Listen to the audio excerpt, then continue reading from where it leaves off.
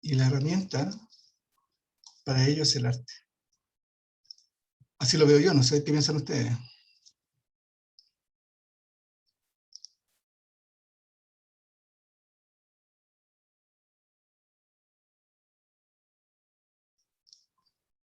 Hay una posibilidad que sí, la verdad es que igual el arte abre muchas puertas a la parte emocional, más que nada, para conocerse como ser humano y no robotizarse como lo espera la sociedad, más que nada. Exacto. Exacto. Bueno, ahí hay un lugar, el tema del lugar del ser humano. Como hablábamos la otra vez, en esta sociedad hay sujetos que viven en sociedad y el ser humano vive en comunidad. El sujeto en sociedad es un sujeto que busca la trascendencia, lo que voy a decir, busca la trascendencia, por tanto, vincularse a Dios a través de un objeto. Este objeto es la cosa, el otro cosificado.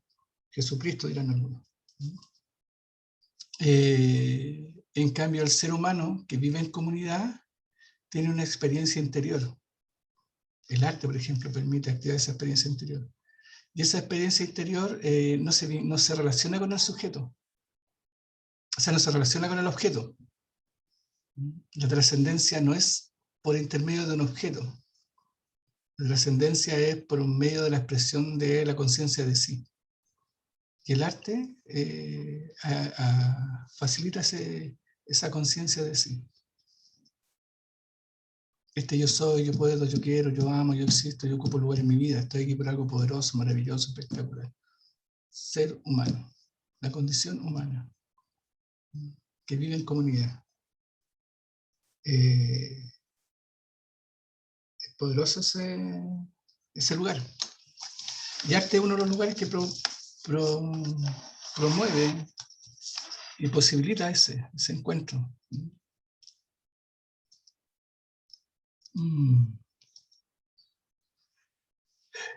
Ya, voy a compartir pantalla para que iniciemos la clase. Tengo una defensa de tesis a las 11:30, así que vamos a compartir pantalla para encontrarnos. Subimos para arriba. ¿Alguien me escribió? Chat. Hola, profe, Daniela. Hola, Daniela. Ya, aquí estamos con... Y yo creo que es importante no perder de vista este lugar. Ya. Estamos grabando. Buenos días a todos y a todos. Estamos nuevamente en esta clase de aprendizaje situado con pedagogía en arte. Estamos viendo las teorías del aprendizaje y vimos las teorías clásicas que se sitúan fundamentalmente en explicar, controlar y predecir la conducta del ser humano. Y vimos ese lugar. Vamos a la sesión 3 que vamos a subir al YouTube, lo hicimos el otro día. Y lo que nos queda del viaje es la teoría de la Gestalt. ¿Ya? Vamos a ver lo genético cognitivo del tío Piaget, construcción social de Vygotsky, aprendizaje por descubrimiento de Jerónimo Brunner, y aprendizaje por recepción o aprendizaje significativo de David Ausubel. Eso es lo que deberíamos ver en las teorías que se nos vienen ahora. Hoy día vamos a entrar al tema de la motivación, la teoría de la motivación. La pregunta sería, ¿por qué motivación, profe? Si estamos viendo teorías del aprendizaje, ¿qué tiene que ver la motivación con el aprendizaje? Me imagino que están pensando eso, ¿o no? ¿Qué es la motivación para ustedes? Según yo es como algo que, como las ganas de hacer algo, ¿puede ser? Perfecto, las ganas de hacer algo, voy a anotarlo. ¿Alguien más? Las ganas. Yo lo veo como, disculpe, como un agente, ¿cómo se dice? Motivador, no, o sea, agente activador, como Ya. de nuestro cuerpo, para algo que realizar activa. cosas. Perfecto, Sí. activo para hacer. Sí. Buena definición. ¿Quién tiene otra propuesta de lo que se le aparece o siente que puede ser la motivación? Puede ser algo que genere movimiento. Esa es una bonita metáfora. Movimiento. Motivación implica movimiento. Significa salir de la quietud. Si no estás motivado, no te mueves, te quedas. Entonces, la motivación invita a, como dices tú, a desplazarse, a moverse. ¿Alguna otra? ¿Una cuarta?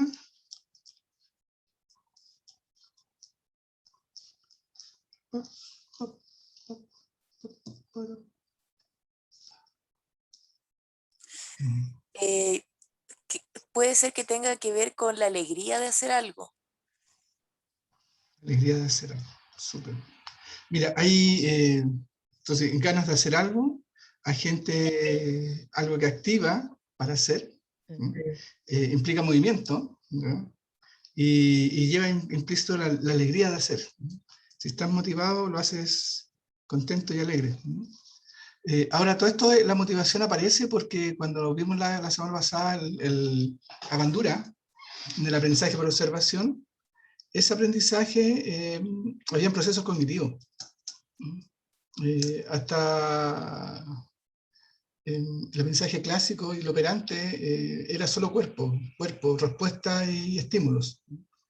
Y con bandura aparece un proceso que es la motivación. Y motivarse por repetir una conducta implicaba los refuerzos sobre sí mismo, no necesitaba de otro. Por eso entramos a mirar la motivación. Y tiene que ver con la conducta humana, ¿ya? Y tiene que ver también a propósito de que si queremos que nuestros estudiantes aprendan, ¿no? La búsqueda es cómo logramos que se motiven, cómo logramos que aquel propósito de aprendizaje que usted está desplegando para ellos sea lo suficientemente atractivo, que les den ganas de hacer algo, ¿ya? Que eso que usted está preparando sea un agente que les permita hacer, ¿ya? Que implique movimiento, ¿ya? Y sin duda que la alegría de hacer, ¿ya? Que es lo que acaban de plantear, quien siembra cantando, la cosecha es maravillosa, decía Víctor Jara por ahí. Esa acción de motivación es súper importante. ¿Alguna definición? Todas aquellas condiciones internas descritas como anhelo, impulso, etc., es un estado interno que activa e induce algo. Todas aquellas condiciones internas, como impulsos, anhelos, ganas, deseos, alegrías, ¿no? Te mueven, ¿no? La voluntad de ejercer altos niveles de esfuerzo hacia las metas de aprendizaje. Hay una voluntad, tiene una condición de voluntad, tiene que activarse. Y eso tiene que ver con los estados emocionales. Cuando veamos al final del viaje en neurociencia, vamos a poder mirar con más calma esta frase, ¿no? De la voluntad y el mundo emocional. La alegría, que decía la colega recién. Y de alguna forma eso se convierte, por así decirlo, en un refuerzo en sí mismo. Te motivas, eso te moviliza, eso es gratificante, eso que al ser gratificante te oxigena, ¿no? Y te impulsa a seguir detrás de la meta que empieza a emerger como una posibilidad real. El dato es como el activo. ¿Cómo logro que mi estudiante, la Macarena, ¿cómo le hago para que aparezca ese proceso? Ahora, si pensamos desde el punto de vista de nuestros estudiantes, esa motivación está condicionada, ¿no? Por una necesidad. Si estudiar ha sido fome, arduoso, lo más probable es que no estemos motivados por estudiar. Si lo que tengo que aprender no ha sido gratificante, se produce por así decirlo, más que un refuerzo positivo, se produce en un castigo positivo. Porque también implica mantener cierta intensidad, cierto ritmo. Incluir un hábito. la incorporación de un hábito en la vida nuestra. Si uno piensa, por ejemplo, que en nuestras casas, estoy pensando en los tiempos de cuando había libros en las casas, ¿no? Vamos a pensar en el siglo XX, finales del siglo XX. ¿no? Las investigaciones decían que en las casas que había más libros, los estudiantes estaban más motivados por aprender que en las casas que había menos libros. Y los estudiantes estaban más motivados por aprender a leer en las casas en que se leía el diario, y en las casas que no se leía no había motivación. El poder acceder a un libro y tocarlos, no importa si leerlo, pero saber que en la casa hay libros y tú los puedes tocar, acceder a ellos y tocarlos, generaba posibilidades de motivación para seguir leyendo. Y a partir de eso empiezan a aparecer en el siglo XX, a final del siglo XX, las bibliotecas en el aula, por ejemplo. Pero sin embargo tenemos todavía colegios donde la biblioteca hay que estar callado, hay que guardar silencio, hay que pedir los libros, no hay que doblar las hojas, no hay que gastar los libros. Los niños tienen acceso libre a los libros. Ha habido todo un movimiento que apunta a eso. Y por tanto, esa motivación dirigida a algo que sea gratificante, que le provoque alegría de hacer, si logramos eso, se instalan patrones. Ahora, yo lo puedo poner en torno al tema de la lectura, pero también lo puedo poner en torno al tema del arte. En torno al refuerzo de hacer un dibujo, de trazar, de pintar, de crear. Ahí hay algo de alguna forma que los puede invitar. En términos generales, el circuito funciona como de la motivación que activa. Sino, hay una necesidad insatisfecha. Cuando hay algo que no está satisfecho, eso genera tensión. El refuerzo del movimiento. Recuerden que para que exista movimiento tiene que haber tensión. Entonces, si tengo una necesidad no satisfecha, eso provoca tensión. Esta tensión me lleva al impulso. Pensando en una necesidad no satisfecha, por ejemplo, tengo sed. Ando sed y se produce tensión, tengo sed, y pum, el impulso. Y movilizo todo mi comportamiento en función de tener el agua. Me tomo el agua, está satisfecha mi necesidad, se reduce la tensión y viene una siguiente etapa de necesidad. Uno podría ocupar este circuito en muchos ámbitos de nuestra vida cotidiana, donde se activa esta necesidad y por tanto se activa el proceso de motivación.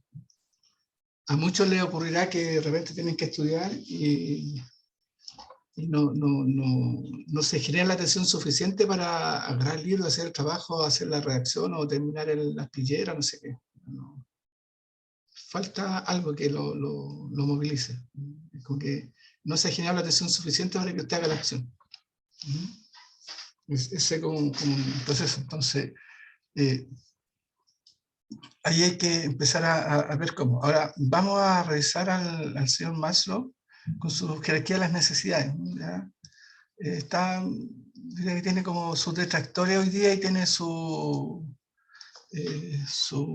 grupo que dice que la vigencia de esta teoría todavía. ¿Ya? ¿Qué dice Maslow? ¿Ya? Maslow dice que nosotros, como seres humanos, nos movemos en un nivel de necesidades que son de fisiológica, de seguridad, de pertenencia, de integridad y autorrealización. Esas son nuestras necesidades, diría Maslow, ¿ya? Y que la vida nos mueve hacia la autorrealización, hacia la trascendencia del ser. Esa gran meta en la vida, ¿ya? Y para lograr llegar a la autorrealización había niveles, ¿ya? Entonces la primera dice que tienen que estar satisfechas todas nuestras necesidades fisiológicas. O sea, si yo no he dormido, por más que esté súper motivado de mañana viajar a alguna parte, pero si no he dormido, lo más probable es que esté despierto hasta las 5 o 6 de la mañana y el viaje a las 8, en una de esas a las 6:30 me quedo dormido y despierto a las 10 de la mañana y se me fue el viaje. Las necesidades fisiológicas, dice Maslow, tienen que estar satisfechas para pasar al siguiente nivel. Y las necesidades fisiológicas son, por ejemplo, dormir, Ir al baño, necesidades fisiológicas de orinar, de fecar. La actividad sexual es una necesidad fisiológica. Nuestro cuerpo necesita actividad sexual. Y si no son satisfechas, no pasamos al siguiente nivel. Nos quedamos pegados en eso. Por tanto, no vamos a lograr la autorrealización, ¿no? Tampoco vamos a construir nuestra identidad. Yo soy. Y tampoco vamos a pertenecer ni a un colectivo, ni a una comunidad, ni a nada, ¿no? Y no vamos ni siquiera a experimentar la necesidad de estar seguros o no. Entonces, la primera vuelta es que las necesidades fisiológicas tienen que ser satisfechas, ¿ya? El abrigo, el cuidarse, ¿ya? El comer, el dormir.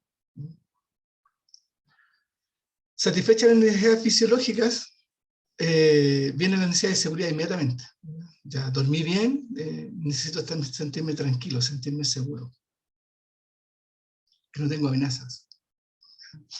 Ahora, ¿qué es lo interesante de estas dos necesidades? ¿Ya? Que si no están satisfechas, no tengo ninguna posibilidad de aprender algo, pensando en la escuela. Si tengo hambre, no voy a estar preocupado de lo que la profe está entregándome como contenido para que yo aprenda. Ni una posibilidad. Si no he dormido, ninguna posibilidad. ¿Ya? Y en términos de seguridad, de necesidad de seguridad, si tengo miedo, ninguna posibilidad de aprender. Así de categórico. Entonces, eso implica tener un lugar, ser consciente de que si yo quiero que mis estudiantes aprendan, debo considerar las necesidades fisiológicas y de seguridad satisfechas. Por ejemplo, en la escuela, estando en una reunión del equipo de gestión del colegio, la planificación del año escolar, se presentó el calendario propuesto y el día martes a las 8:30 estaba educación física. Planificado, puesto ahí.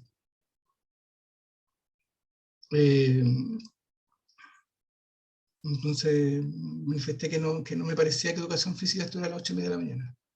¿Pero por qué? ¿Cómo? Si la profe trabaja en otra parte, el horario que puede estar con nosotros. No, insistí que no, porque el 90%, el 80% de nuestros estudiantes en ese colegio, el 80% desayunaba en la escuela.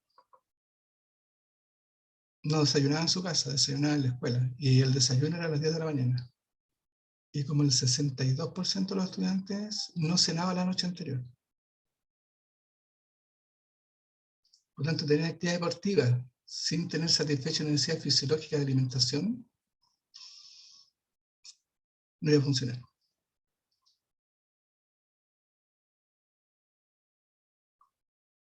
¿Tiene usted algún ejemplo al respecto que se le venga a la mente a partir de esta necesidad fisiológica o necesidad de seguridad?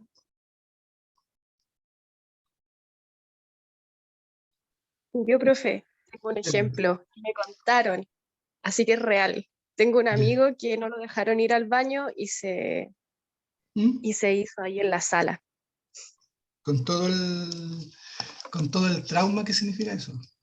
Claro, Todo. el trauma, la tortura, para mí fue totalmente tortura eso de autoritario de no dejarlo salir al baño. Sí. Y eso tiene que ver con dos reflexiones, a propósito de lo que estamos viendo. Uno, que por una parte efectivamente no se lograron satisfacer sus necesidades fisiológicas, y el establecimiento, la sala de clase, ese espacio con un espacio de seguridad, se volvió como un lugar de amenaza. La posibilidad que él tuviera de seguir aprendiendo es contracorriente, por una parte, ¿ya? Y por otro lado tiene que ver con este ejercicio de domesticar los cuerpos. Preparar los cuerpos para el mundo del trabajo. Y se abusa del cuerpo de los niños, por ejemplo. Uno piensa en kinder, en pre-kinder, ¿ya? Los niños corren para todos lados, juegan. De alguna forma son de libre demanda para necesidad del baño. Pero cuando pasan al primero básico, eso empieza a reducirse inmediatamente. Los baños son para ir al recreo. Y la libre demanda, que es cuidar el cuerpo, no se empieza a ser ignorado. De hecho, nosotros, ustedes, deberíamos escuchar más a nuestro cuerpo. Si tenemos la necesidad de ir al baño, independiente del contexto, el lugar donde estemos, no hacerlo es maltratar nuestro cuerpo. Es no responder a esa necesidad fisiológica.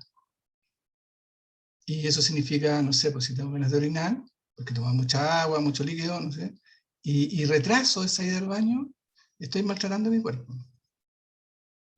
Porque la vejiga empieza a inflamarse, y eso va generando deterioro, y maltrato. No me estoy cuidando.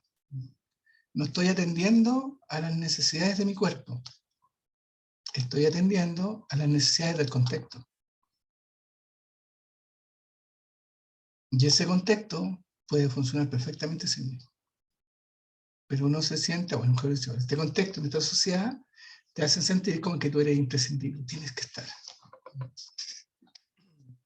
Pero eso que tú cuentas es muy común y no se considera. Hay un ejemplo que es brutal en términos de lo que puede implicar para la trayectoria de vida de una persona. La inseguridad que genera eso. Y el espacio protector que debe ser la institución educativa, un lugar protector, con personas protectoras y con situaciones protectoras, se convierte en un lugar de amenaza, con situaciones amenazantes y con personas que amenazan esa integridad. Trauma. La palabra que viene ahí es una experiencia traumática. Ahora, satisfecha la necesidad fisiológica, satisfecha la necesidad de seguridad, recién puedo desplegar la necesidad de pertenencia. Si yo en un colectivo de personas no me siento seguro, no voy a pertenecer a ese espacio, no voy a construir comunidad en ese espacio, no voy a construir grupalidad. Si no siento que pertenezco, que son los espacios afectuosos. Entonces, el dispositivo mercantil neoliberal lo que hace todo el rato es que no le interesa, y de hecho es perturbado parte del sistema mercantil, el tema de la pertenencia a un colectivo social. Está todo el rato interrumpiendo esa posibilidad. Porque si pertenezco, construyo comunidad. Y en conjunto podemos hacer muchas más cosas que cada uno por su separado. El todo es más que la suma de las partes. Como totalidad y como grupalidad podemos hacer muchas más cosas que individualmente. Sin embargo, al modelo le interesa la individualidad. El sujeto esclavo o el sujeto cliente. Que tienen que pedir permiso para todo.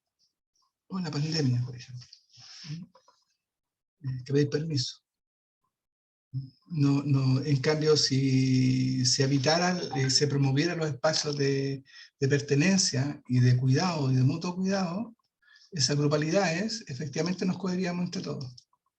Y no necesitaríamos un toque de queda. Y no necesitaríamos pedir permiso, porque habría un sentido de pertenencia distinto como comunidad. Ahora, ¿cómo lo hacen? Efectivamente, si uno escucha las noticias, por ejemplo, ¿cuál es la estrategia la estrategia que están usando para gestionar la pandemia, por ejemplo? Es el miedo, es la inseguridad. Se están muriendo las personas. Y no se mueren de pocos, se mueren de muchos. Y ponen como principal causante de la inseguridad y de la muerte de todos, las fiestas clandestinas. Ahí está el mal de todos los males. Ahí es donde el virus se propaga de manera miserable por la sociedad. ¿Ya? Pero además dicen que es interesante escuchar la noticia, y se desbarató otra fiesta clandestina donde estaban tomando. Es como que tomar también es clandestino. Es como que no podéis tomarte un trago. Está prohibido. O las parejas que van a los moteles, también. Y esto es una necesidad fisiológica. La vida sexual afectiva es una necesidad fisiológica. Y está siendo prohibida. La fiesta, el bienestar, el sentirse bien, el sentirse con un grupo de pares, es una necesidad de seguridad. También está siendo interrumpida. Está amenazada. Desconfía del otro. ¿Qué mejor dispositivo de desconfianza que el coronavirus? Entonces, los medios de comunicación lo que hacen es que nos ponen generalmente en dos tipos de noticias. Desempleo, la tasa de desempleo, la precariedad del empleo, el empleo, por tanto eso significa que no hay plata, y si no hay plata, no hay recursos económicos, no hay sueldo, no hay para comer. Entonces lo que está detrás de ese discurso es necesidad fisiológica. Y cuando ya se le agota el discurso de necesidad fisiológica, por ejemplo, ahora con el 10%, va a haber recursos para comer. Entonces el discurso que vamos a ver estas próximas 2 semanas va a estar centrado en situaciones de miedo. ¿Ya? Harto portonazo, harto asalto, harto discurso en torno a la inseguridad de la vida. ¿Ya? Que te van a robar la plata, que te van a ver las defraudaciones. ¿Ya? Van a poner esas dos noticias, ¿sí? Porque eso va a permitir que este tema no aparezca.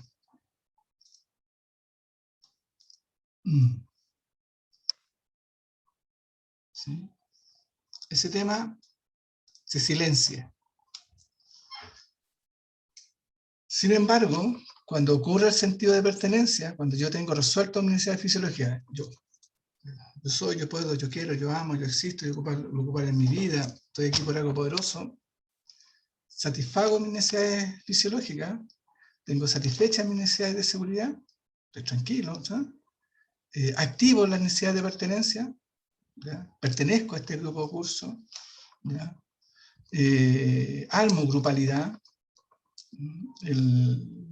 La semana pasada hablábamos de que hay que armar equipos de trabajo, grupalidades. ¿Ya? Pues si usted tiene miedo, si usted tiene problemas del dormir, le va a costar mucho armar el grupo.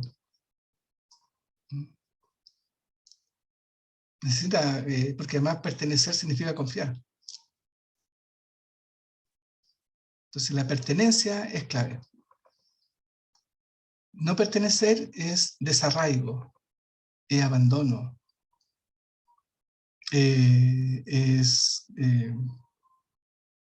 imagínate lo que ocurre con el inmigrante, a propósito del tema del desarraigo o la dificultad para pertenecer. Los haitianos, los estudiantes haitianos que llegan a un colegio donde van a jugar con otros niños y pueden jugar con otros niños. Pero en términos de comunicación, su lenguaje es distinto, es otro idioma. Pero a pesar de ello logran jugar. Y los adultos hacen la acción discriminatoria. Y marcan el escenario de que no perteneces. Un tema ahí. El arte es un lugar de encuentro.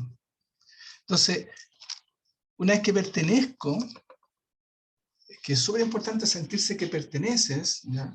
Y la pertenencia pasa por activar ritos de paso.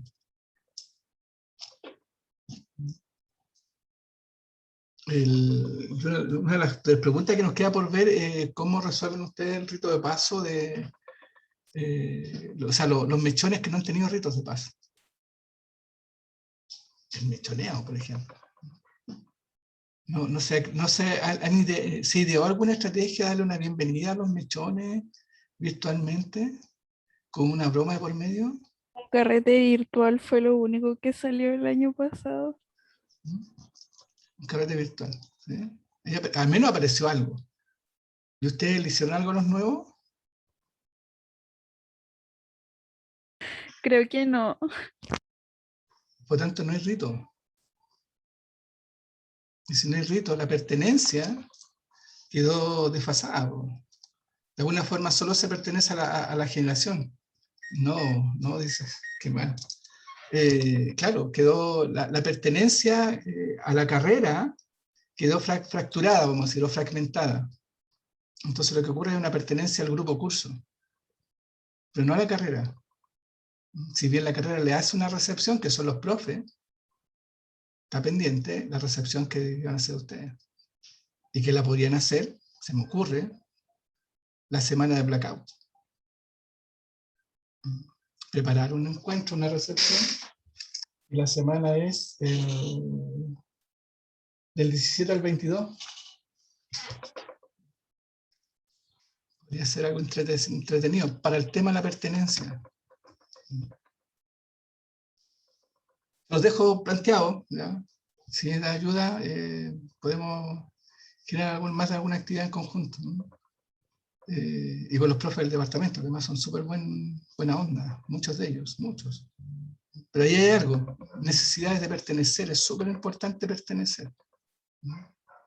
Porque tiene que ver con la posibilidad de compartir este sentido de soledad con otro, ¿no? Un encuentro. Ahora, satisfecha la necesidad de pertenecer, es decir, ya yo pertenezco, no sé, yo soy de la UNCE, yo soy de la carrera de arte, yo soy dirigente gremial, ¿ya? Yo estoy por la candidatura de la Patricia Castañeda, ¿ya? Pertenezco a algo. Y eso activa una motivación, eso activa un propósito, que me vincula con los otros. La palabra bonita es que me vincula con la alteridad, con lo que está fuera de mí. Y la pertenencia es súper importante.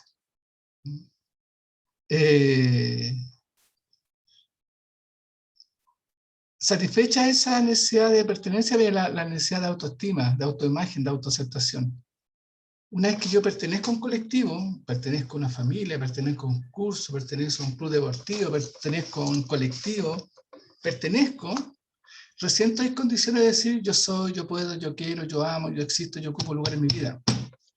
Voy a ser el más potente y poderoso o poderosa de las profes de arte. Esa pertenencia pasa por esta autoaceptación.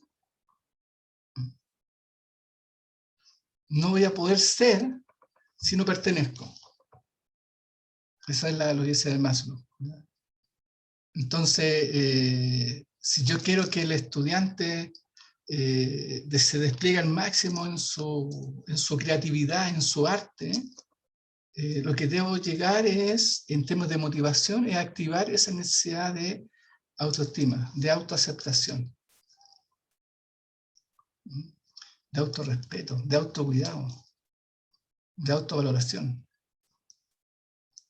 Y una vez que logro ese yo soy, yo puedo, yo quiero, yo amo, yo existo, yo ocupo lugar en mi vida, aquí estoy en algo poderoso, estoy en el pedagógico, y le vamos a hacer un rito de recepción a los mechones que no hemos hecho nada,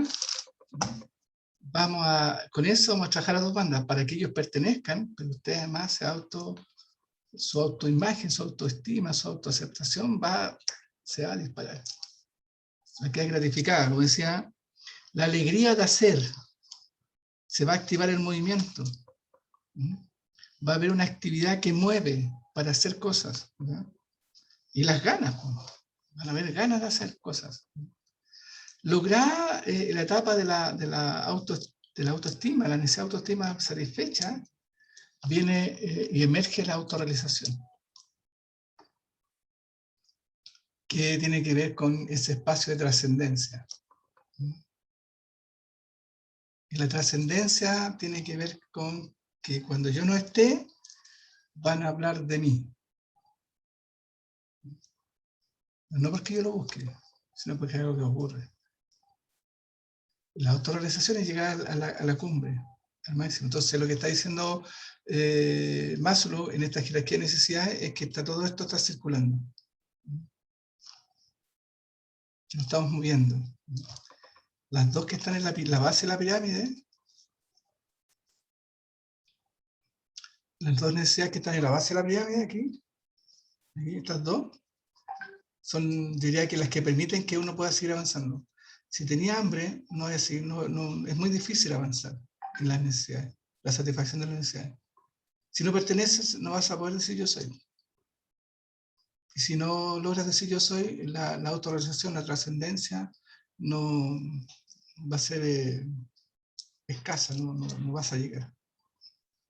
Entonces, Maslow dice que este viaje es extremadamente importante despejarlo. Entonces, a propósito de estas necesidades una necesidad satisfecha dice, ya no motiva, está satisfecha, entonces tengo que pasar al siguiente nivel. ¿Ah? Por lo tanto, nos vamos moviendo. Por lo tanto, en ese sentido es súper importante este movimiento que estamos viendo.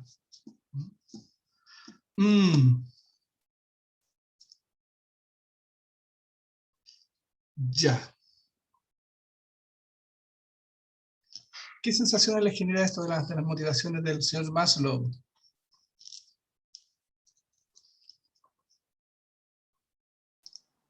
Yo le encuentro sentido a que hay necesidades que si no son cubiertas, entonces como que hay un estancamiento.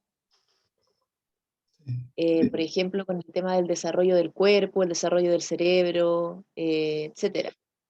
Entonces, es interesante hablar de educación integral, por ejemplo, considerando estos aspectos, porque como profesores y profesoras no, es difícil que nos podamos hacer cargo de esos procesos previos. Entonces, también pensar en el rol del Estado, si se hace cargo o no de situaciones que son precarias en muchas realidades. Absolutamente, absolutamente. Y de hecho, uno podría, como apurando un poco más en esa misma línea de reflexión que está planteando, bueno, de qué manera una del Estado y el día de mañana usted en la escuela, un profe, cuando tiene que desplegar un currículum, y, no sé, o pensemos en lo que está ocurriendo en contexto de pandemia. ¿Cuáles son posibles las trayectorias de aprendizaje en contexto de pandemia, donde lo que circula es miedo? De que los colegios que están en la cosa híbrida, están asistiendo a clase, un grupo de estudiantes, el otro grupo de estudiantes está en la clase conectado a través del computador, en la misma clase, y la profe está haciendo las dos cosas. Y los recreos duran 10 minutos, y los profes no alcanzan ni siquiera a tomarse un tecito calentito porque no alcanzan. Es que no están alcanzando. Y por otro lado, el estudiante en estas condiciones de miedo ambiental, que donde de repente aparece que hubo un contagio o un contacto estrecho con alguna persona que está con un PCR positivo, se produce el efecto estampida o se produce el tsunami de WhatsApp en todos. Y en donde en media hora tienes 400 WhatsApp y no alcanzas a leerlos como profesora. No pierdes el control. Entonces no alcanzáis a leer 400 WhatsApp en media hora. Entonces están comunicando entre todos porque un estudiante que tiene PCR positivo y todos creen que... Entonces el tema ya no es que estás aprendiendo. El tema desde el punto de vista de las necesidades se instala la necesidad de seguridad. Y la necesidad fisiológica de sobrevida, de sobrevivencia. Pero de seguridad, ahí está. Y podríamos decir que uno empieza a aprender, tener las condiciones de disposición para el aprendizaje, en pertenencia y identidad, y trascendencia. En esos tres lugares es donde el aprendizaje fluye. Por ejemplo. Entonces, en ese sentido dice, claro, como dices tú, el Estado, ¿cuál es el lugar que ocupa el Estado? Y por tanto, los gobiernos, ¿cómo ocupan el Estado para provocar cierta sensación? Cuando tengo un ministro de Educación que insiste que los estudiantes tienen que volver a la escuela, pero la pregunta es, ¿de dónde habla?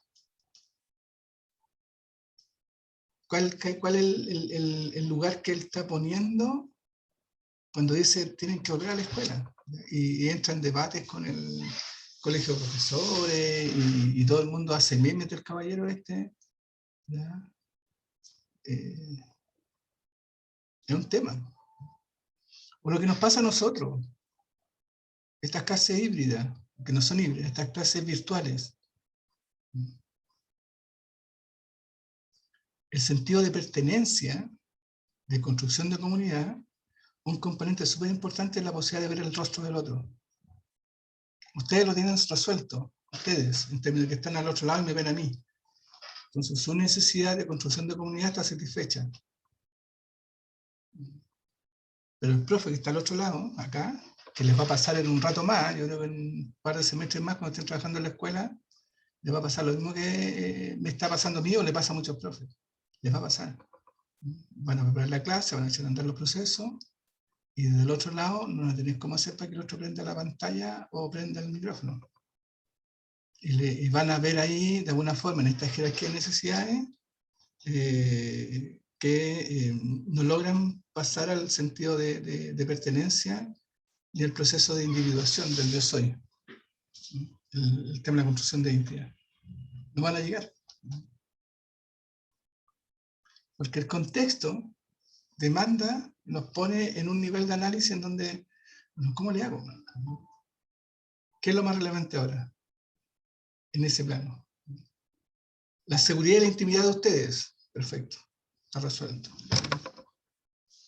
Construcción de comunidad. Están opinando, están hablando. Nos encontramos aquí. Están viniendo a clase. Espectacular.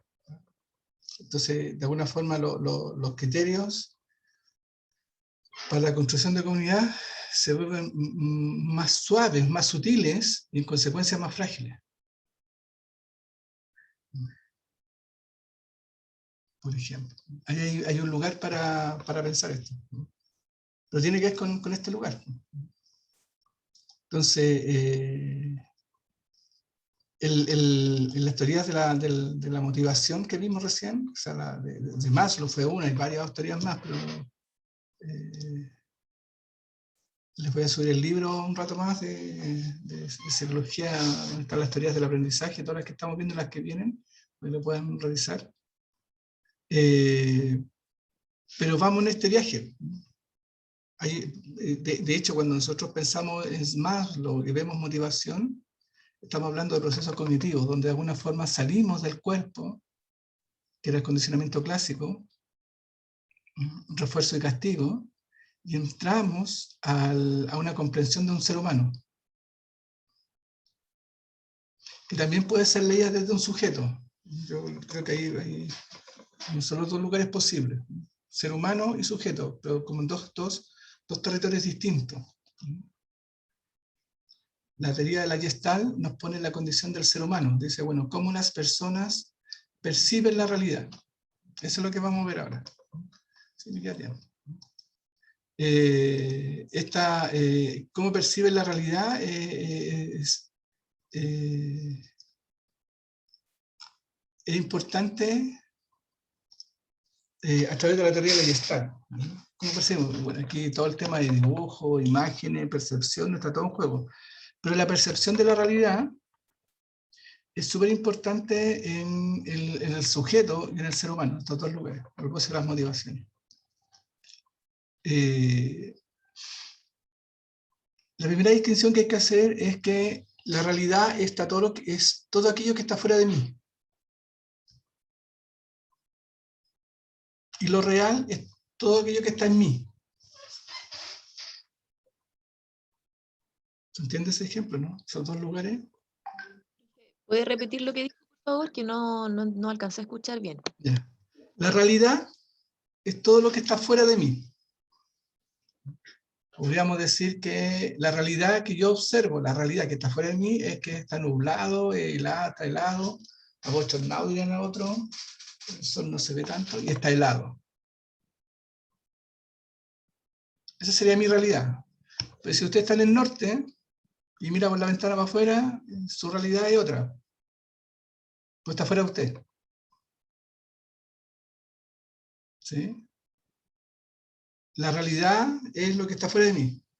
Podríamos decir que mi realidad es que yo hago la clase en una pantalla de bordes negros, que es el computador que tengo. Esa es mi realidad. Está fuera de mí. Y puede que más de algunos de ustedes, su realidad no es sea un computador, sea un celular, con audífono. ¿Sí? Es la realidad, lo que está afuera. Y lo real es lo que está dentro.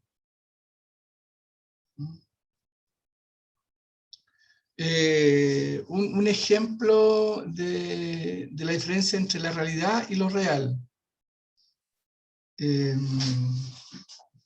¿Cómo podría ser un ejemplo entre la realidad y lo real?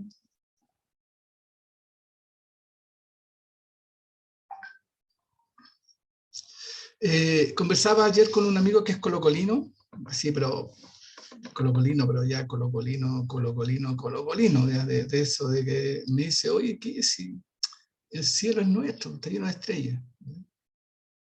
Yo le digo, sí, esa es tu realidad. ¿Ya? Esa es tu realidad. ¿Ya? Pero me dice, tú ves lo mismo. No, yo no veo lo mismo. A mí me gusta la Chile. Entonces, cuando hablamos de fútbol, nuestras realidades colisionan. Porque lo real, para mí, lo más importante es la Chile. Y lo real para él, que es su mundo interno, lo más importante es Colo-Colo. ¿Se logra visualizar la diferencia? Sí, sí se entiende. Ya, ¿sí? Entonces, la realidad es la que es compartida. ¿Sí? La realidad es un espacio intersubjetivo, que es co-construido, que es nuestro. Pero donde yo aporto un discurso, pero no necesariamente es... lo que quiero decir con esto es que lo que yo observo no necesariamente lo que está ocurriendo en mi real. Vamos, y la Gestalt trata de explicar eso. Vamos a ver algunos ejemplos de esto. La Gestalt lo que plantea son una serie de leyes con las cuales el sujeto percibe la realidad. Percibimos la realidad. Y a partir de lo que percibimos la realidad, configuramos certezas de lo que es lo real.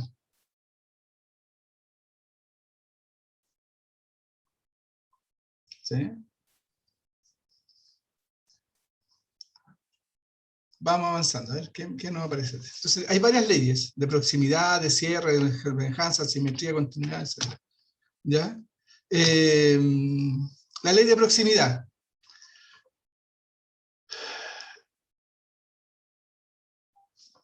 Mi percepción, cuando yo veo, digo, ¿qué veo ahí? Veo parejas de palitos, por ejemplo.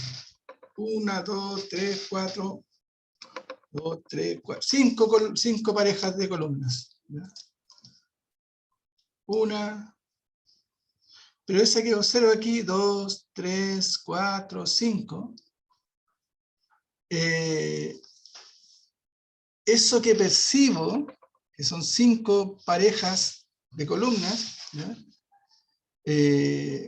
La ley de la percepción me dice que no, que es la ley de la proximidad, que si yo las veo juntas, establezco una afirmación. No, lo que pasa es que hay 5 columnas, 5 pares de columnas.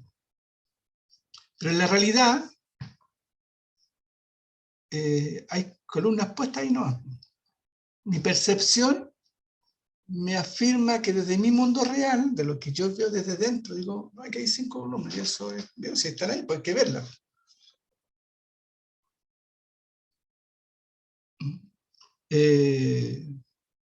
Por tanto, la percepción me lleva a hacer una afirmación. Entonces, la pregunta es, ¿qué es lo que es válido ahí? ¿Es la realidad o es lo real? La ley de la proximidad nos dirá que la percepción llega a ser afirmaciones inmediatas de que aquí hay 5 columnas. No se pregunta de que hay 10 palitos, no. Lo agrupa la proximidad.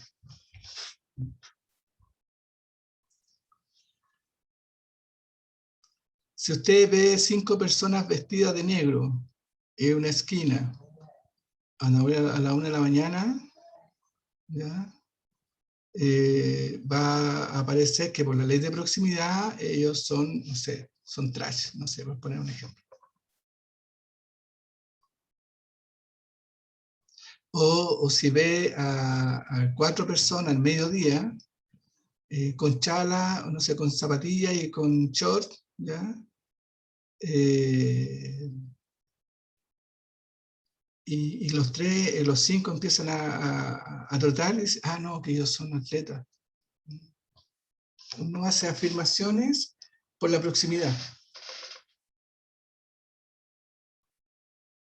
Si usted estuviera en el PEDA y viera a 5 estudiantes o 4 estudiantes caminando con una guitarra en la mano, usted inmediatamente dice, ah, ellos son de música. Inmediatamente diría, no, ellos son de música. No sabemos. Pero solo la proximidad en torno a un instrumento lo sitúa en que son de música. Y como puede que le pudiera ocurrir a ustedes, que si los ven que andan con unas carpetas grandotas, ¿ya?, que superan el porte normal, maletines negros gigantes, caminando y dicen, ah, no, ellos son de arte. Por la proximidad. Pero a lo mejor usted no es de arte. Le mandaron a dejar el maletín. La ley de proximidad. Tendemos en función de la cercanía de cierta gente a decir, ah, ellos son. ¿Sí? La ley de figura y fondo. ¿Ya? La ley de figura y fondo lo que hace es establece que nuestra percepción o ve la figura, lo que está al frente, o ve lo que está detrás de la figura, lo que es el fondo. ¿Ya? No podemos ver las dos cosas al mismo tiempo. La pregunta es, ¿qué ven ahí?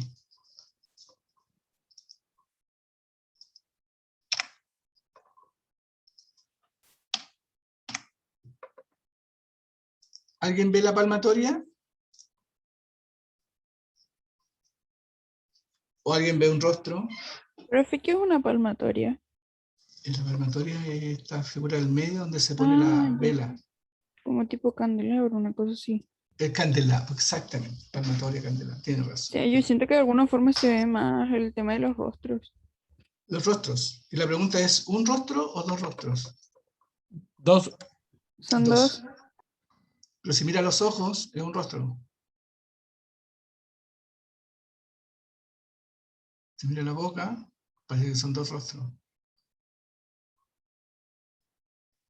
Ese Es movimiento como dependiendo de dónde uno mire, po. O sea, si Exacto. uno piensa que son dos rostros, van a ser dos rostros, pero si uno piensa que es un rostro, va a ser un rostro. Y si ves los rostros, no ves el candelabro. Si ves el candelabro, se va a difuminar el rostro. Figura y fondo, diría ¿ya? A veces percibimos lo que está al frente, lo primero que se nos aparece, pero detrás hay otra imagen. Ese movimiento, figura y fondo, está todo el rato ocurriendo perceptivamente, que tiene que ver con el foco de la percepción. Lo que vemos es lo que nos define. Otra ley, la ley del contraste. ¿Ya? ¿Ya? Los dos círculos, este y este, pareciera que este círculo es más pequeño que este círculo. Pareciera. O si uno dijera, ¿cuál de los círculos del centro es el más grande? Dependiendo de lo que está en el entorno, decimos, no, este parece que este es más pequeño. Pero si lo ponemos acá, es el mismo.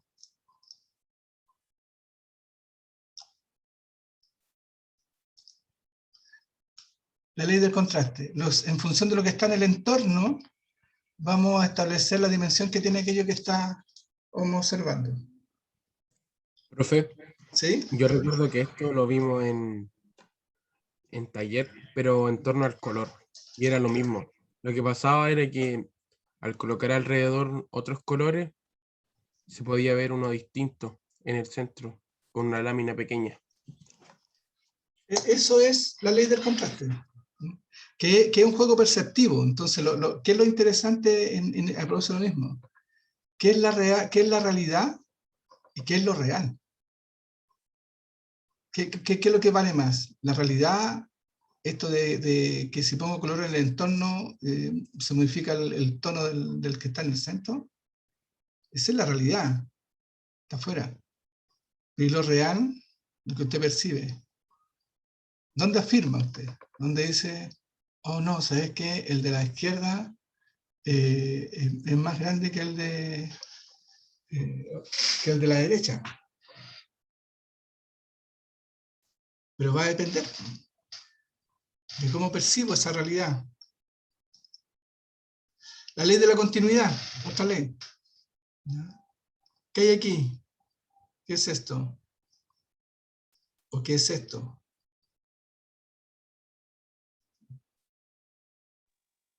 Un círculo y Claro. Eso diría la Gestalt, está operando la ley de la continuidad.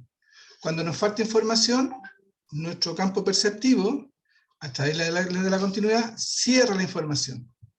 Nuestra mente, nuestros procesos cognitivos necesitan certeza para funcionar. Y como necesitan certeza, dicen aquí hay un círculo y aquí hay un cuadrado. Pero si yo observo la realidad como tratando de dar cuenta que esta ley de la continuidad, me doy cuenta que son trazos nomás. Porque no está cerrado el círculo, ni está cerrado el cuadrado. Es mi mente, mi percepción, la que cierra para tener la afirmación. Ah, no, si tiene razón, esto es un círculo. No es un círculo. Es mi percepción que le da continuidad a lo que falta. Dicho el lenguaje urbano, es la ley del chisme.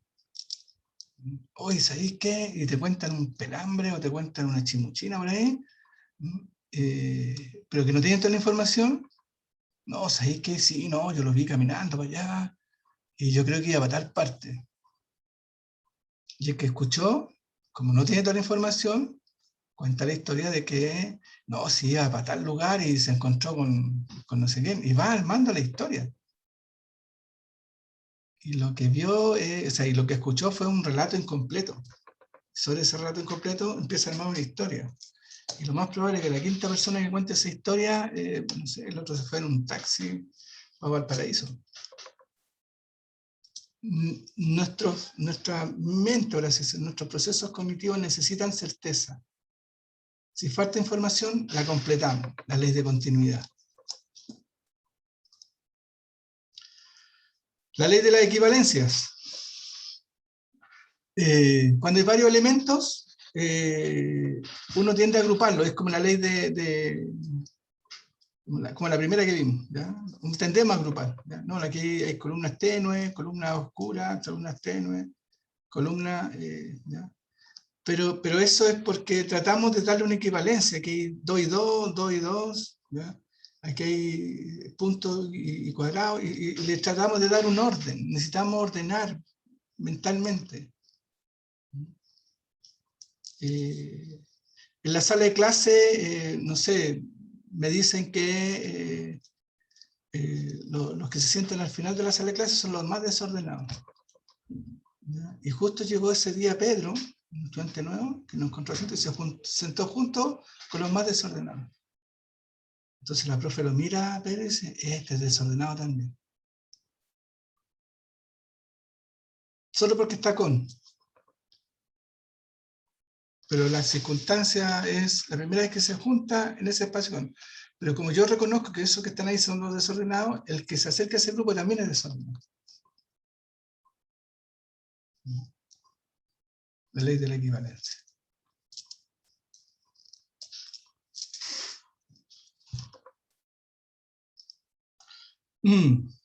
Principio de la pregnancia. O de la buena forma. ¿Qué hay ahí? ¿Qué ven? Aparte de la persona con el martillo, ¿qué está construyendo? Una casa de perros. Una casa de perros. ¿Y está bien hecha la casa de perros? Si la miramos con calma. No, todavía le falta. ¿Ya? ¿Y Hay un perro como entre medio de la tabla, como raro. Es como raro, ¿no es cierto? Entonces parece que la casa no está bien hecha. ¿Qué cosas raras tiene esa casa? Se la empezamos a mirar con más calma. Que las tablas están cruzadas, así como los pilares, la Sí. base están como cruzados. Y por Es tanto no como podría ser una casa. Claro, es como imposible hacer eso. Exactamente. El principio de la pregnancia o el principio de la buena forma es que ante algo desconocido, nuestra mente, nuestro proceso cognitivo, nuestra percepción, lo asocia inmediatamente con algo conocido. Porque nuestro proceso perceptivo necesita certeza. Dice, esto se parece a una casa, es una casa. Pero al mirarla con calma, te das cuenta que este pilar que es de la esquina trasera, pasa por delante del horizontal, entonces ya no es. Pues. Y esta horizontal pasa por detrás del... Tampoco. Y el perro está... ¿sí? Y esta que es la base pasa por delante, pasa por de este vertical, entonces no da. Po. El marco de la puerta está por detrás de la... No, todo el rato no es. Pero el principio de la buena forma, ¿ya? De ante algo desconocido, nuestra mente le pone el imaginario inmediato de algo conocido. Necesita certezas.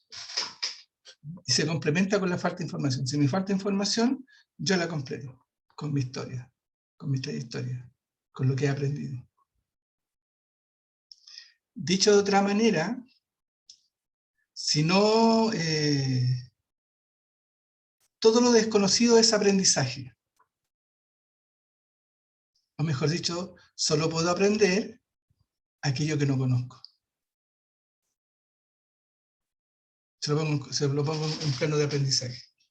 Solo puedo aprender aquello que no conozco. Porque si lo conozco, ya lo conozco, por tanto no lo voy a aprender.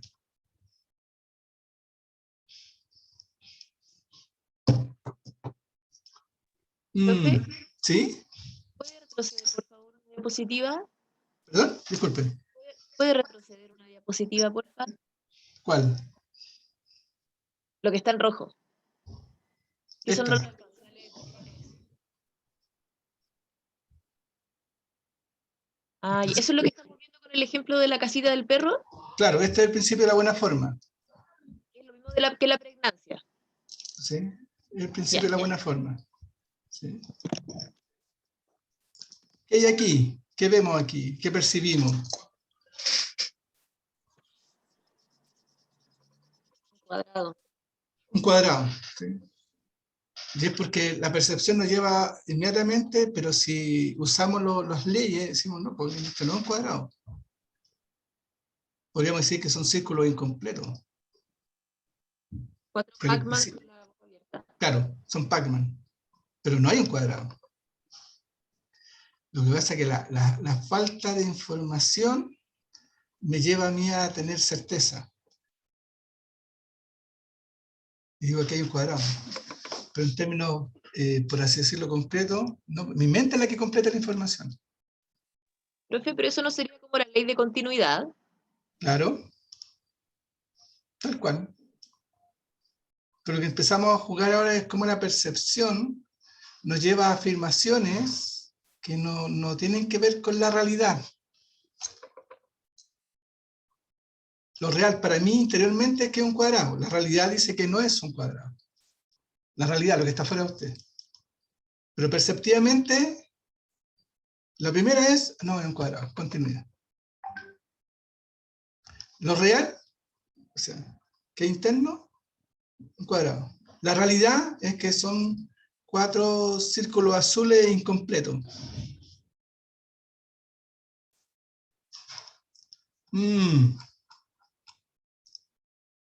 Aquí lo mismo.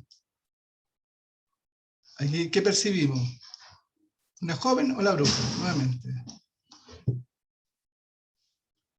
¿Quiénes vieron a la bruja y quiénes vieron a la joven? Yo veo a la joven. De hecho, me gusta mucho ver a la bruja. No la logro ver a la bruja. A mí tampoco puedo Yo verla. tampoco veo a la bruja.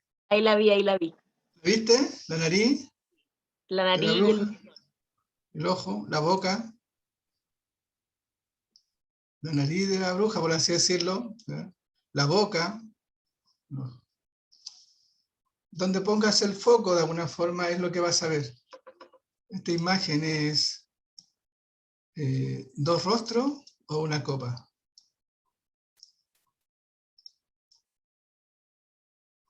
¿Qué ves? ¿Ves la copa o ves los 2 rostros? Los 2 rostros principalmente, digo yo. Sí. Figura y fondo. Donde pongas el foco es lo que vas a ver.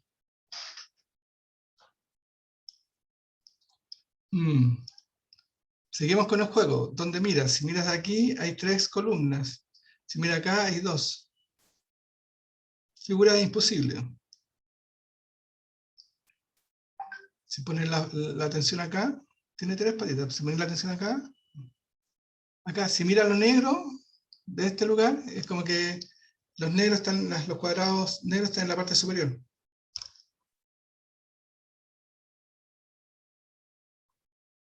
Y si miras desde otro lugar,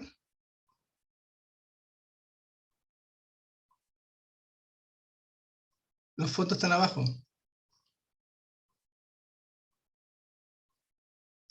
No lo veo. Sigamos buscando. Acá.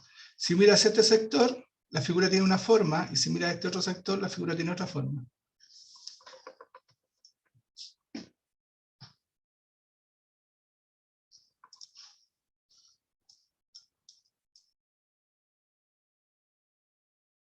Si miras aquí, Eso. si miras acá, ¿ah? Me costó ver eso. Percepción. Pura percepción. Acá, si miras este círculo, el primero de acá, el tubo de aquí para allá. Si miras este círculo, el tubo de aquí para allá.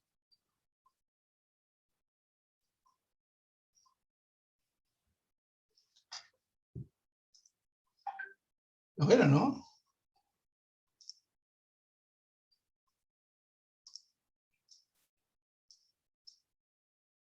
Si miráis este círculo, de aquí para allá el tubo. Y si miráis el último círculo, el tubo de aquí para allá.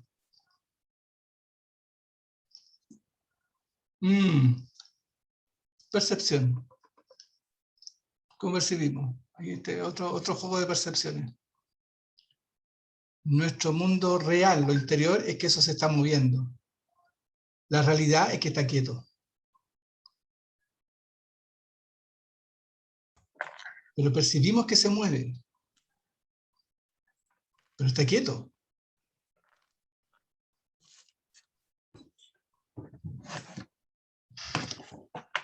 Entonces la relación entre la percepción y la realidad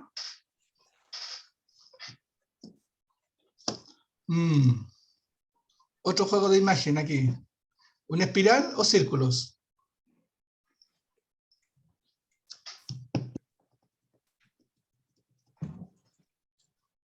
Sin temor a equivocarse, jueguen nomás. ¿Espiral o círculo? Espiral. Espiral. Ya, veamos. Vamos a seguir aquí. Vamos a seguir por la orillita.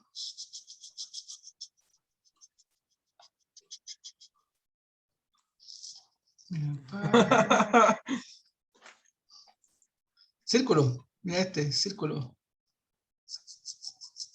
Círculo. Puro círculo. ¿Qué es lo entretenido de esto? Que lo que percibimos, nuevamente estamos en el juego de la percepción, de la Gestalt. Dice, oye, que hay ciertas leyes que regulan cómo percibimos la realidad. Y habrían 2 territorios. Lo real, es lo que yo percibo, y la realidad, que no necesariamente tiene que ver con lo real. Hago afirmaciones, una espiral, no una espiral. Aquí es totalmente el movimiento. Sabemos que está quieto, pero perceptivamente vemos movimiento. Percepción.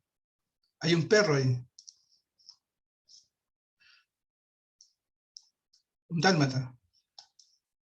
¿Contaron, no? Sí, profe. Ahí está. Perfecto. Están, pero una bala va a percibir. El elefante es raro. Un elefante, pero cuando miramos las patas, dice, a ver, pero son las patas desplazadas. Juego de percepción. Este lago.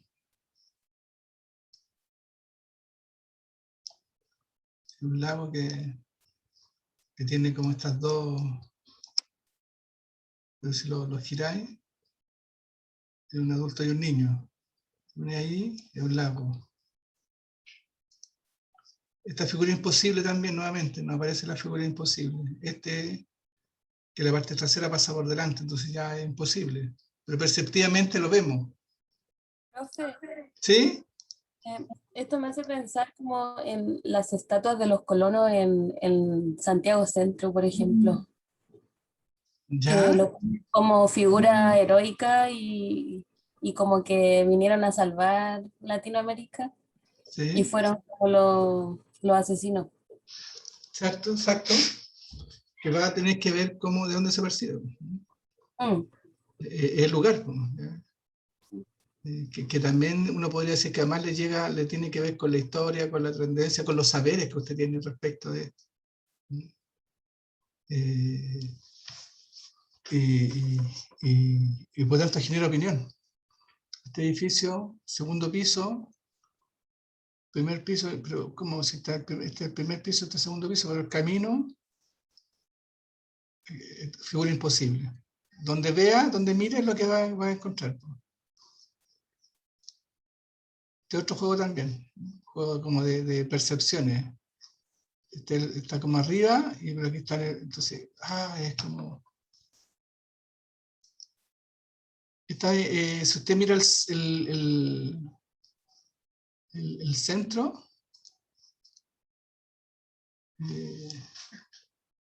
se empieza a mover la figura. Espera, déjame ver si bajo por ahí.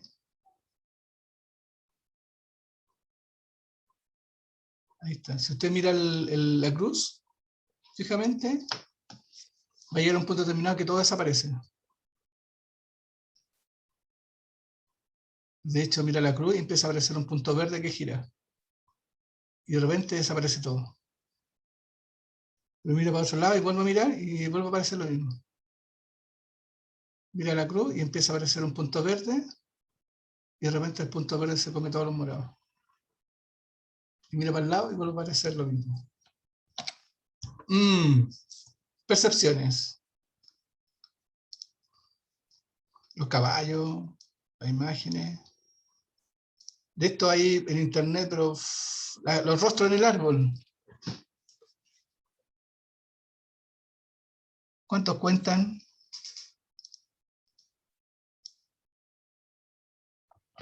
10. 10. Oh, qué rápida.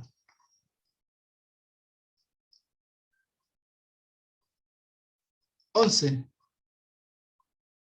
1, 2, 3, 4, 5, 6, 7, 8, 9, 10.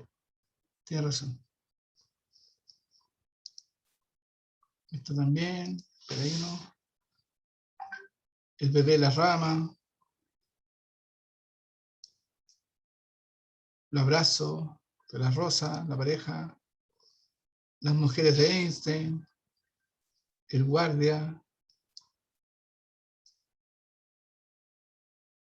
El movimiento de los colores que decía el otro día, se lo comentaba el compañero recién. Los colores del entorno hacen que esto se mueva. Pero lo interesante es que esto no está quieto, no se está moviendo. ¿Qué ocurre con nuestra percepción? Aquí los puntos negros que se mueven por todos lados. De hecho, entre más estresado estás, más se mueven los puntos.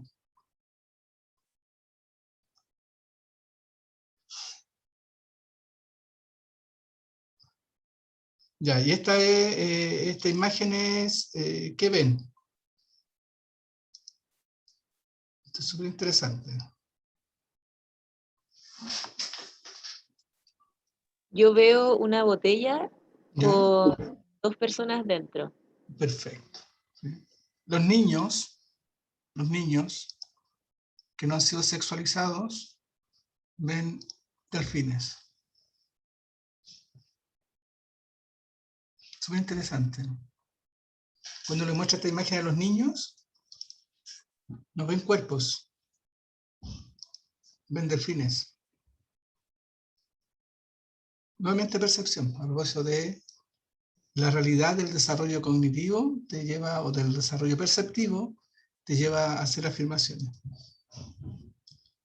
Interesante. ¿Eh? Y la última, ahí el desafío es grande acá. ¿Ya? Lo que tienen que hacer es, inténtenlo, a ver si logran llegar al último color verde. Mire el gráfico y diga el color, no la palabra. Entonces, el primer color es verde, rojo, azul, amarillo. Ahora hágalo rápido. A ver si puede. Sin temor a equivocarse.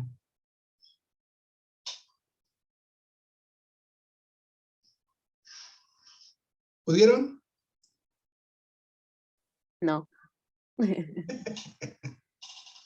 No. Cuesta mucho. Pero si hay que seguir decir el color nomás.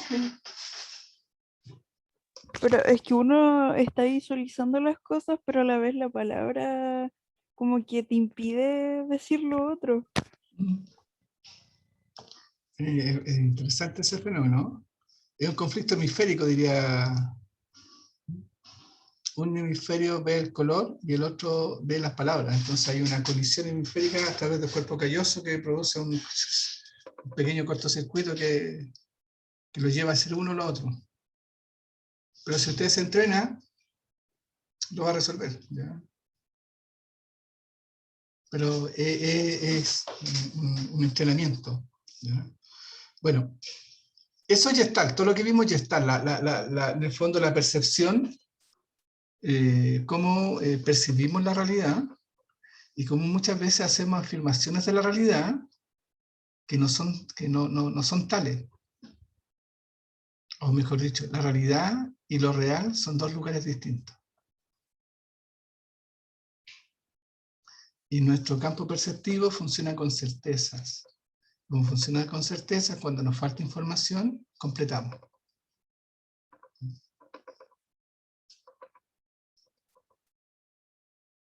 Cuando nos falta información, completamos.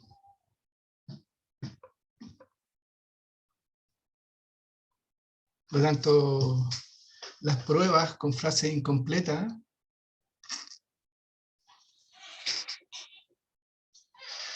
es una mala idea. O mejor dicho, debería uno ponerlas en cuestión a partir de este saber.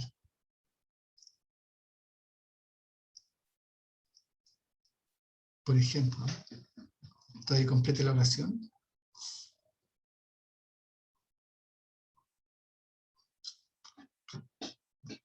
Ya, ¿qué se nos viene entonces? Ahora, como vimos Gestalt, que tiene que ver con los procesos cognitivos de percepción, la próxima sesión vamos a entrar con Piaget y vamos a ver todos los procesos genético-cognitivos que plantea Piaget, que tiene que ver en cómo nuestro proceso cognitivo superior, inteligencia, ¿ya? Cómo se desarrolla, cómo aprendemos las distintas etapas de la vida.